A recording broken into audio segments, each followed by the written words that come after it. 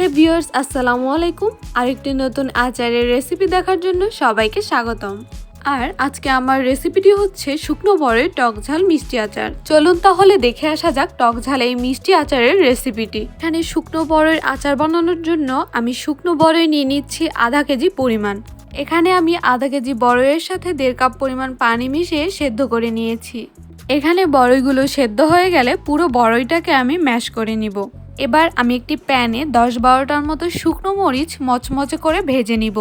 এই আচারটা একটু স্পাইসি ভালো লাগে, তাই আমি অনেকগুলো মরিচ নিয়েছি। এভাবে বোটা সহ মরিচ নিলে মরিচগুলো কিন্তু খুব ভালো মুচমুচে হয়।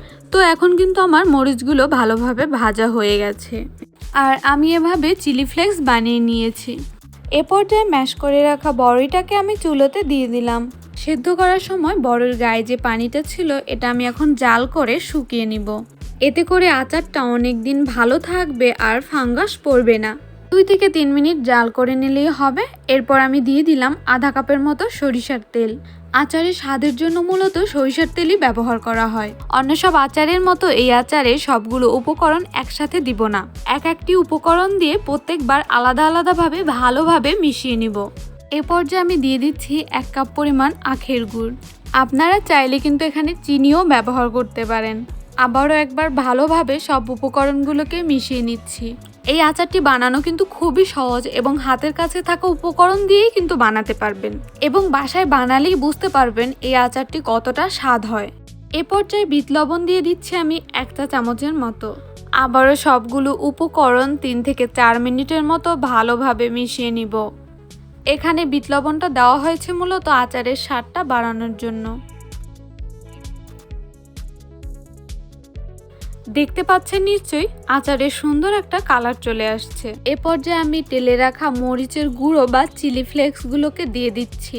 এখানে ঝালের পরিমাণটা নিজেদের ইচ্ছে মতো বাড়িয়ে কমিয়ে নিতে পারেন, কিন্তু এই আচারে ঝালের পরিমাণটা বেশি দিলে একটু স্বাদ বেশি লাগে। আবারও সবগুলো উপকরণ ভালোভাবে নেড়েচেড়ে মিশিয়ে নিচ্ছি।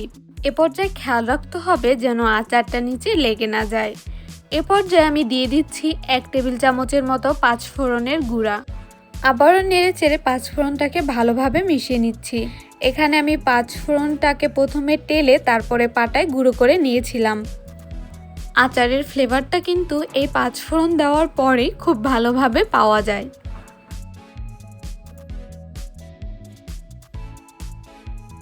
একটু স্বাদ ও ফ্লেভার ভালো পাওয়ার জন্য দিয়ে দিচ্ছি 1 টেবিল চামচের মতো ধনিয়ার গুঁড়া এবং সর্বশেষে ভালোভাবে আবারও মশলাটাকে আচারের সাথে মিশিয়ে নিচ্ছি।